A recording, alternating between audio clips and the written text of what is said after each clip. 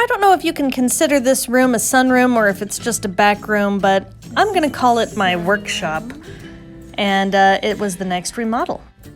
Now, I replaced this horrible sliding door because you could barely get it open shortly after I moved in, but I didn't do the rest of the room. So that project happened a long time ago, and it had to happen because it was kind of a safety hazard.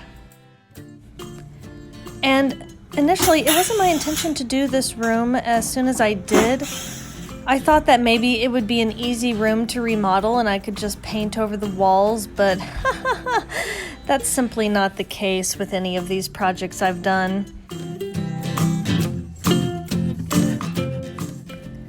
So this is what it looked like in here. I had these cabinets that were up, I had them all taken down, and I had the windows replaced previously, so I thought, oh, this will be a really simple room. I'm just gonna give it a good painting, and I'm gonna put my vinyl floors over this, it's not marble, it was something cheap.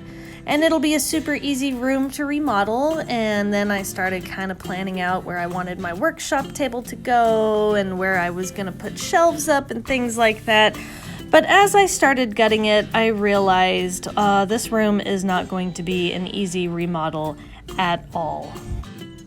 The roof was leaking into the ceiling and the whole thing was basically starting to crumble down. So then I decided if I'm going to be ripping out the ceiling anyways, I might as well just do this room correctly and rip out all the walls and everything. Looks like there is a leak.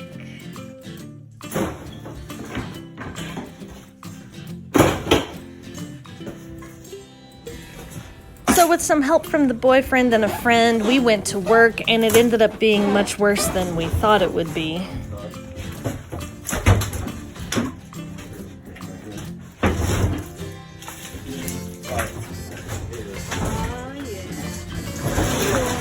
Oh boy. I can't have just one room in this house that's an easy room to remodel. So I'm pretty sure this is all shit. Oh. Insulation. How you doing, Barlow? So we're ripping it all out, finding lots of nests. Found an egg, but it's like, it feels hollow. And it,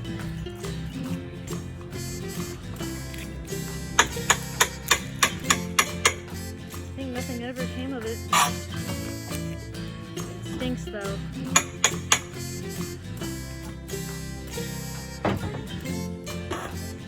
I'm starting to figure out why this house stunk so bad when I bought it. The insulation was full of animal feces.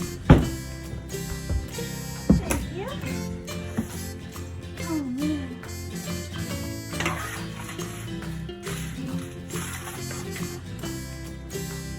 Oh, the hell is Thumbs up.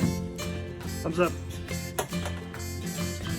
But we got it all cleaned out, and the next step was the insulation and getting the drywall and taking care of any electrical components. Alright, so the insulation in the walls is relatively new, which surprised me because they had those cheap wall panels up and I don't know why. Like, if you're gonna put in new insulation, why wouldn't you put in good drywall? Now the insulation on the ceiling, on the other hand, was all wet, there was water damage, it all came out. So now, what am I gonna do about these ceilings? Am I gonna have myself higher ceilings or am I just gonna have normal ceilings? I've got options. And here's what, I'm guessing this is all an addition because that looks like outdoor siding. Which is strange because I don't think the basement is an addition.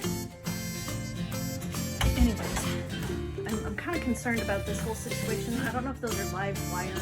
And then this is the light switch. One light operates the light inside, the other one doesn't really go to anything. So I'm hoping we can wire something and I can have myself an outdoor light fixture installed over here.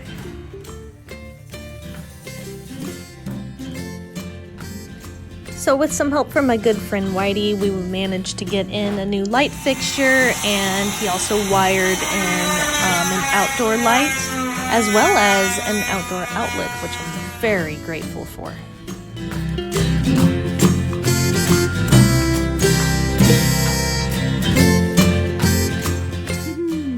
Next door outside. Uh-huh.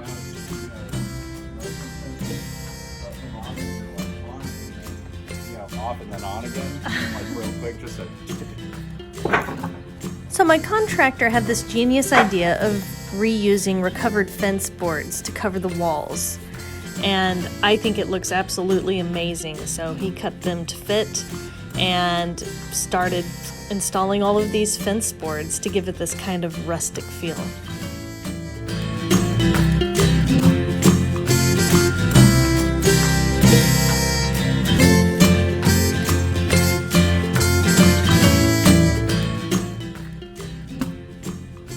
And we just used regular drywall on either side of the door.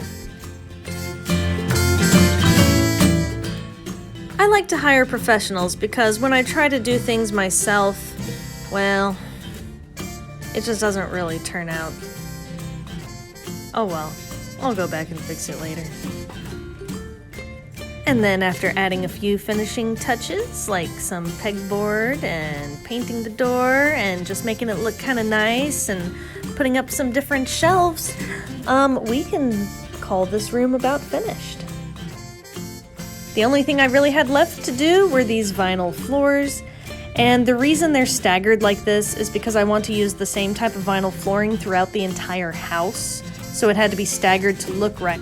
And trying to install this tongue and groove flooring when it's staggered like that is a pain, but we got it done.